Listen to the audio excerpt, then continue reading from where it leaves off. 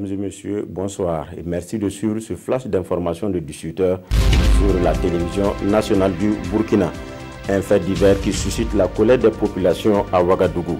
Hier soir, à quelques encablures du Siaou, un militaire est allé faire un transfert de crédit de recharge pour un montant de 1000 francs CFA. L'opérateur, par inadvertance, lui transfère des unités de 2000 francs. Par la suite, il demande au client de payer le surplus acquis qui est de 1000 francs CFA. Face à ce refus de celui-ci qui a endossé l'erreur, l'opérateur a abattu à bout portant le militaire. Remonté contre ce crime, les riverains saccagent la boutique en question et demandent justice pour l'infortuné. Parlant de soldats, la première région militaire basée à Kaya vient de changer de commandement. Le colonel Gilles Bationneau est désormais le patron de la région militaire qui regroupe 11 provinces, surtout celles frontalières avec le Mali et le Niger. Sa première mission est donc de lutter contre le terrorisme en sécurisant ces deux frontières. Le colonel Gilles Bationneau remplace à ce poste le colonel-major Jean-Calvin Traoré. En agriculture, la campagne se porte bien au Burkina malgré quelques poches de sécheresse et les attaques de chenilles légionnaires. Le ministre de l'Agriculture Jacob Ouedraogo en a eu la certitude hier dans les champs du centre-ouest. Du Sanguier jusqu'au Giro en passant par le Boulkembe, Jacob Ouedraogo s'est entretenu avec les producteurs pour une bonne campagne agricole.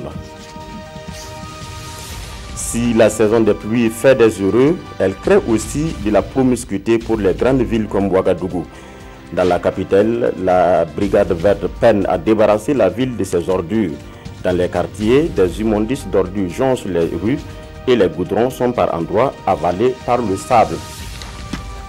La tension monte entre le Japon et la Corée du Nord. Le régime de Kim Jong-un a lancé hier un missile balistique qui a survolé le Japon pour s'abîmer dans le Pacifique. Le premier ministre japonais Shinzo Abe a dénoncé un tir inacceptable qui nuit considérablement selon lui à la paix et à la sécurité dans la région. Le Conseil de sécurité de l'ONU est actuellement en réunion d'urgence à la demande de Tokyo et de Washington afin de dissuader Pyongyang de stopper ses manœuvres militaires. Une note triste dans cette édition, notre confrère Sacré Seydou Ouedraogo est mort hier soir à l'âge de 63 ans.